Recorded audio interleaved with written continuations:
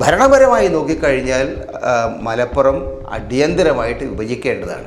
മലപ്പുറം ജില്ലയുടെ വികസനത്തിന് ആ ജില്ല വിഭജിക്കുക എന്നുള്ളത് വളരെ പ്രധാനമാണ് എന്ന് UDFൻ്റെ മലപ്പുറം ജില്ലാ ലീഡർഷിപ്പ് ഒരു പ്രസ്താവനയിലൂടെയും പത്രസമ്മേളനത്തിലൂടെയും വ്യക്തമാക്കിയിട്ടുണ്ട്. തദ്ദേശ സ്വയംഭരണ സ്ഥാപനങ്ങളിൽ ഏറ്റവും മെച്ചപ്പെട്ട പെർഫോമൻസ് ഉണ്ടായ ജില്ലകളിലൊന്നും മലപ്പുറമാണ്. ഈ സാമൂഹിക വിരുദ്ധ ശക്തികൾ, വർഗീയ ശക്തികൾ അതിനെ വർഗീയവൽക്കരിക്കുകയും അതിനെ ഒരു വലിയ അനാവശ്യ തർക്ക വിഷയമായിട്ട് വലിച്ചെടുക്കുകയും ചെയ്യുന്നതിന് മുമ്പ് തന്നെ സർക്കാർ ഇക്കാര്യത്തിൽ ശക്തമായ നിലപാടെടുത്തു കഴിഞ്ഞാൽ ഈ പ്രദേശത്തെ മുഴുവൻ ജാതി മതത്തിന് അതീതമായിട്ടുള്ള സകല ആളുകളെ സംബന്ധിച്ചിടത്തോളം ഒരു വലിയ നേട്ടമായിട്ട് അത് കലാശിക്കും.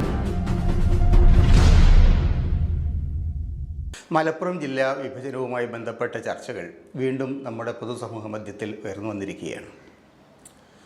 കഴിഞ്ഞ ഒരു 10-15 വർഷക്കാലങ്ങളായി യഥാർത്ഥത്തിൽ മലബാർ പ്രദേശത്ത് പലതരത്തിൽ ചർച്ച ചെയ്യപ്പെട്ടു വന്ന ഒരു വിഷയമാണ് മലപ്പുറം പോലെയുള്ള വളരെ വലിയ ജില്ലകളുടെ ഭരണപരമായിട്ടുള്ള സൗകര്യത്തിന് വേണ്ടി അതിനെ വിഭജിക്കുക എന്നുള്ളത്. തീർച്ചയായും ഇത് പുതിയൊരു സംഗതിയല്ല. എല്ലാ കാലത്തും കേരളത്തിലായാലും ഇന്ത്യയിലെ മറ്റ് സംസ്ഥാനങ്ങളിലായാലും പുതിയ ജില്ലകൾക്ക് വേണ്ടി, പുതിയ സംസ്ഥാനങ്ങൾക്ക് വേണ്ടി പോലുമുള്ള മുറവിളികൾ ധാരാളമായി നടക്കുന്നതാണ്.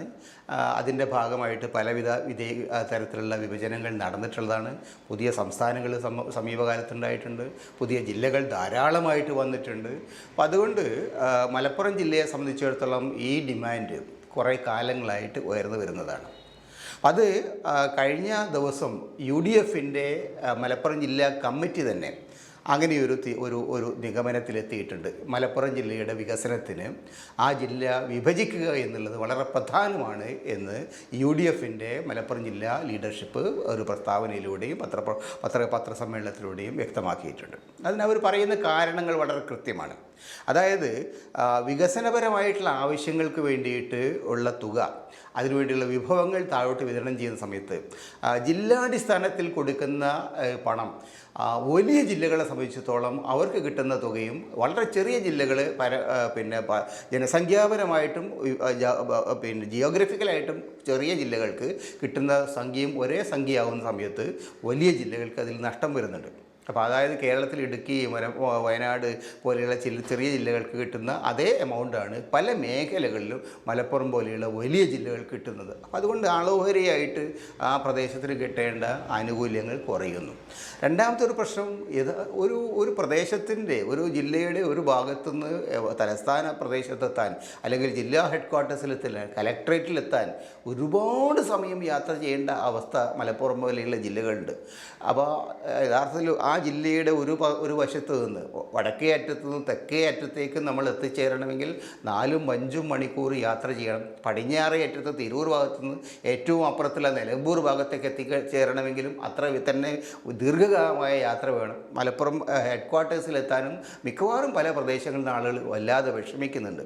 അപ്പം അതുകൊണ്ട് തന്നെ ഭരണപരമായി നോക്കിക്കഴിഞ്ഞാൽ കേരളത്തിലെ ഏറ്റവും വലിയ ജില്ല എന്ന മട്ടിലാണ് ഇപ്പോൾ മലപ്പുറം ഉള്ളത്. 16 നിയമസഭാ മണ്ഡലങ്ങൾ അവിടെയുണ്ട്. 16 നിയമസഭാ മണ്ഡലങ്ങളിലുള്ള മറ്റ് ജില്ലകൾ അധികവും ഇല്ല.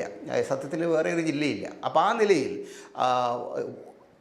ഭരണപരമായി നോക്കിക്കഴിഞ്ഞാൽ മലപ്പുറം അടിയന്തരമായിട്ട് വിഭജിക്കേണ്ടതാണ്. കാരണം ഭരണ സൗകര്യത്തെ സംബന്ധിച്ചിടത്തോളം ഏറ്റവും പ്രധാനപ്പെട്ട തത്വം എന്ന് പറയുന്നത് പരമാവധി വികേന്ദ്രീകരണം എന്നുള്ളതാണ്.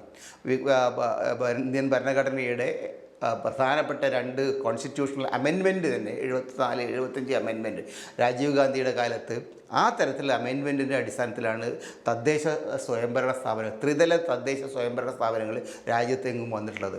അതായത് ജില്ലാ പഞ്ചായത്ത്, അതിനിടയിലുള്ളൊരു സംവിധാനം, ഗ്രാമതല പഞ്ചായത്ത്, അങ്ങനെ ജില്ലാ, ബ്ലോക്ക്, ഗ്രാമതല പഞ്ചായത്തുകളായിട്ട് വിഭജിച്ചത് വഴി ധാരാളം പണം താഴോട്ട് കൊടുക്കാനും അധികാരം വികേന്ദ്രീകരിക്കാനും താഴെ തട്ടിലുള്ള ശാക്തീകരണ പ്രവർത്തനങ്ങൾ നടത്താനും കഴിയുന്നുണ്ട്. ഏറ്റവും വലിയ ബെനിഫിറ്റ് കിട്ടിയ അത്തരം കാര്യങ്ങൾ ഏറ്റവും വലിയ ബെനിഫിറ്റ് കിട്ടിയ ജില്ലകളിലൊന്ന് മലപ്പുറമാണ്. കാരണം തദ്ദേശ സ്വയംഭരണ സ്ഥാപനങ്ങൾ ഏറ്റവും മെച്ചപ്പെട്ട പെർഫോമൻസ് ഉണ്ടായ ജില്ലകളിലൊന്നും മലപ്പുറമാണ്. അപ്പോൾ അതുകൊണ്ട് തന്നെ മലപ്പുറത്തെ സംബന്ധിച്ചിടത്തോളം അതിന് ഇനി മുമ്പോട്ട് പോകണമെങ്കിൽ, അതിനെ വികസന കാര്യങ്ങളും ഇനിയും മുമ്പോട്ട് പോകണമെങ്കിൽ ആ ജില്ല 2ആയിട്ട് വിഭജിച്ച് കിഴക്കും പടിഞ്ഞാറുമുള്ള 2 ജില്ലകളാക്കി മാറ്റണം എന്നുള്ള ആവശ്യം നേരത്തെ തന്നെ SDPI, വെൽഫെയർ പാർട്ടി തുടങ്ങിയ പാർട്ടികളും ചില പ്രാദേശിക സംഘടനകളും PV അൻവറിനെ പോലുള്ള ചില പ്രാദേശിക നേതാക്കളും ഒക്കെ തന്നെ നിരന്തരമായിട്ട് ഉന്നയിച്ചു വന്നതാണ്. ഇപ്പോൾ സ്വാഭാവികമായിട്ടും ആ ഡിമാൻഡിന് വലിയ ഒരു ജനസ്വാധീനം ഉണ്ടായി വന്നിട്ടുണ്ട്. അതിനോടുള്ള എതിർപ്പ് ചില സംഘപരിവാര സംഘടനകളൊക്കെ അതിനോട് എതിർപ്പ് പ്രകടിപ്പിക്കുന്നുണ്ടെങ്കിലും അതിനേക്കാൾ ഗുരുതരമായിട്ടുള്ള ഒരു വിഷയമാണിത്. കക്ഷി രാഷ്ട്രീയപരമായോ മതപരമായോ വർഗീയമായോ കാണേണ്ട ഒരു വിഷയമല്ല, മറിച്ച് ആ പ്രദേശത്തിൻ്റെ സർവ്വതോമുഖമായ വികസനത്തിന്, അവിടെയുള്ള മുഴുവൻ ജനങ്ങളെയും വികസനത്തിന് ഇത്തരത്തിലുള്ള കൂടുതൽ മെച്ചപ്പെട്ട സംവിധാനം വേണ്ടി വരും എന്ന് ഇന്ന് പൊതുവിൽ അംഗീകരിക്കപ്പെട്ടിട്ടുണ്ട്. അത് പക്ഷേ ഇത്രയും കാലം CPM, CPI, മുസ്ലിം ലീഗ്, കോൺഗ്രസ് തുടങ്ങിയ മുഖ്യധാര പാർട്ടികൾ അത് കണ്ടില്ലെന്നും കേട്ടില്ലെന്നും നടിക്കുകയായിരുന്നു. അതിന് അവർക്ക് അവരുടേതായിട്ടുള്ള ന്യായങ്ങളുണ്ട്. പ്രത്യേകിച്ചും ഏത് വിഷയത്തെയും മലപ്പുറവുമായി ബന്ധപ്പെട്ട ഏത് വിഷയത്തെയും വർഗീയമാക്കി ചിത്രീകരിക്കുന്ന ഒരു പരിപാടി എത്ര കാലങ്ങളായിട്ടുള്ളതാണ്. 67 സർക്കാർ മലപ്പുറം ജില്ല എന്ന് പറയുന്ന ജില്ല രൂപീകരിക്കുന്ന സമയത്ത് പോലും അതിനെതിരായിട്ട് കേളപ്പനും ജനസംഘവും വലിയ പ്രക്ഷോഭം നടത്തി. കോൺഗ്രസ്സിൽ മാത്രമല്ല CPM-ൽ EMS-ൻ്റെ പാർട്ടിയാണ് സത്യത്തിൽ ജില്ലാ രൂപീകരണത്തിന് തയ്യാറായത്. പക്ഷേ CPM-ൽ പോലും ചില MLA-മാർ പോലും അതിനെതിരായിട്ട് നിന്നൊരു കാലം ഉണ്ടായിരുന്നു. അത് ഏറ്റവും ശക്തിയായിട്ട് അതിനെ പ്രതിരോധിച്ചത്, ആ ജില്ലാ രൂപീകരണത്തിന് അനുകൂലമായ നിലപാടെടുത്തത് AKGയെ പോലുള്ള നേതാക്കളാണ്. അപ്പോൾ അതുകൊണ്ട് ഇന്നിപ്പോൾ തിരിഞ്ഞു നോക്കുന്ന സമയത്ത് 60കളിൽ ഉണ്ടായിരുന്ന ഈ കടുത്ത മുസ്ലിം വിരോധവും മുസ്ലിം ലീഗ് വിരോധവും മലപ്പുറം ജില്ലയിലെ വിരോധവും അത് കാലങ്ങളായി തുടരുന്ന ഒരു പ്രക്രിയയാണ്. ഇപ്പോഴും അത് തുടരുന്നുണ്ട്. മലപ്പുറം എന്ന് കേൾക്കുമ്പോൾ വെള്ളാപ്പള്ളിയെ പോലുള്ള ആളുകൾക്ക് ശ്വാസം മുട്ടും. ആ ശ്വാസം മുട്ടൽ യഥാർത്ഥത്തിൽ മലപ്പുറത്തുകാരുടെ പ്രശ്നമല്ല, വെള്ളാപ്പള്ളിയുടെ മനസ്സിനകത്തുള്ള വർഗീയതയുടെ പ്രശ്നമാണ് എന്നിപ്പോൾ തെളിഞ്ഞിട്ടുണ്ട്. കഴിഞ്ഞ തെരഞ്ഞെടുപ്പിലെ ജനങ്ങൾ അത് കൃത്യമായിട്ട് തെളിയിച്ചിട്ടുണ്ട്. അപ്പോൾ അതുകൊണ്ട് ഇപ്പോൾ ഈ വിഷയം വീണ്ടും അതിശക്തിയായിട്ട് ഉയർന്നു വരുന്ന സമയത്ത് കേരള സർക്കാരിനെ സംബന്ധിച്ചിടത്തോളം വളരെ ന്യായമായിട്ടൊരു ആവശ്യം എന്ന നിലയിൽ അതുമായിട്ട് ബന്ധപ്പെട്ട പഠനങ്ങൾക്ക്, അതുമായിട്ട് ബന്ധപ്പെട്ട പ്രവർത്തനങ്ങൾക്ക് പുതിയ സർക്കാരിൻ്റെ നേതൃത്വം തീരുമാനം എടുക്കണം എന്നുള്ളതാണ് ഈ പ്രദേശത്തിൻ്റെ ആവശ്യം. ഇത് മലപ്പുറത്തിന് മാത്രം ആവശ്യമില്ല. പൊതുവിൽ കഴിഞ്ഞ ഐക്യ കേരള രൂപീകരണത്തിന് ശേഷം 57 ഐക്യ കേരള രൂപീകരണത്തിന് ശേഷം ഇന്നും കേരളത്തിൽ പിന്നോക്കം നിൽക്കുന്ന പ്രദേശങ്ങൾ എന്ന് പറയുന്നത് അധികവും മലബാർ പ്രദേശത്താണ്. കാരണം ചരിത്രപരമായിട്ട് തന്നെ ഈ കമ്പനി ഭരണത്തിലിരുന്ന സ്ഥലത്ത്, ബ്രിട്ടീഷ് ഭരണത്തിലിരുന്ന സ്ഥലത്ത് മലബാറിൽ ന്യായമായിട്ടുള്ള വികസനങ്ങളൊന്നും ഉണ്ടായിരുന്നില്ല. അപ്പോൾ റോഡുകൾ കുറേ വന്നിട്ടുണ്ട്, ആശുപത്രികൾ കുറേ വന്നിട്ടുണ്ട്, മെഡിക്കൽ കോളേജുകളുണ്ട്, വിദ്യാഭ്യാസ സ്ഥാപനങ്ങളുണ്ട്. പക്ഷേ അപ്പോഴും മലപ്പുറം ജില്ലയിൽ +2 സമയത്ത് സീറ്റ് കിട്ടാതെ ആളുകൾ നെട്ടോട്ടം കൊടുക്കുന്ന ഒരവസ്ഥ ഇന്ന് പോലും ഉണ്ട്. അപ്പോൾ അതുകൊണ്ട് വികസനപരമായ കാര്യങ്ങളിൽ തിരുവിതാംകൂർ കൊച്ചി ഭാഗവുമായിട്ട് താരതമ്യപ്പെടുത്തുമ്പോഴും ഇന്നും പിന്നോക്കം നിൽക്കുന്ന ഈ പ്രദേശത്ത് മലപ്പുറം മാത്രമല്ല, യഥാർത്ഥത്തിൽ മറ്റു ചില ജില്ലകൾ കൂടി ഡിവൈഡ് ചെയ്ത് ഒരു മലയോര ജില്ല കൂടി യഥാർത്ഥത്തിൽ ആവശ്യമാണ്. മലയോര പ്രദേശങ്ങളുടെ വികസനത്തിന്, ഈ മലയോര പ്രദേശങ്ങളിലെ ആളുകളുടെ താല്പര്യങ്ങൾ സംരക്ഷിക്കുന്ന മലയോര പ്രദേശങ്ങളെ കൂട്ടിച്ചേർത്തുകൊണ്ട് ഒരു പുതിയ ജില്ല കൂടി യഥാർത്ഥത്തിൽ ആവശ്യമാണ് എന്ന അഭിപ്രായം വ്യാപകമായിട്ട് ഉയർന്നു വന്നിട്ടുണ്ട്. അതുകൊണ്ട് മലപ്പുറം ജില്ലയെ സംബന്ധിച്ചിടത്തോളം ഇപ്പോൾ വന്നിരിക്കുന്ന ഈ അനുകൂലമായിട്ടുള്ള നിലപാടുകൾ, പ്രത്യേകിച്ച് UDF-ൻ്റെ തന്നെ കമ്മിറ്റികൾ അതിനനുകൂലമായി നിലപാടെടുത്ത സാഹചര്യത്തിൽ സർക്കാർ ഇക്കാര്യത്തിൽ ഉണർന്ന് പ്രവർത്തിക്കുക എന്നുള്ളത് വളരെ പ്രധാനമാണ്. കാരണം ഈ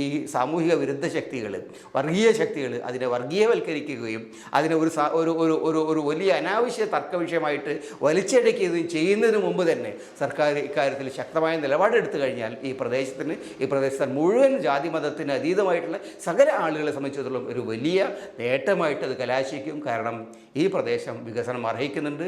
ഈ പ്രദേശം എത്രയോ കാലമായി വികസനത്തിന് വേണ്ടി കാതോർത്ത് നിൽക്കുകയാണ്. ജനങ്ങളുടെ ഏറ്റവും വലിയ അഭിലാഷമാണ് ഈ പ്രദേശത്തിൻ്റെ ജില്ലയുടെ വിഭജനത്തിലൂടെ കൂടുതൽ മെച്ചപ്പെട്ട സൗകര്യങ്ങൾ ഓരോ പ്രദേശത്തും എത്തിച്ചേരുക എന്നത്.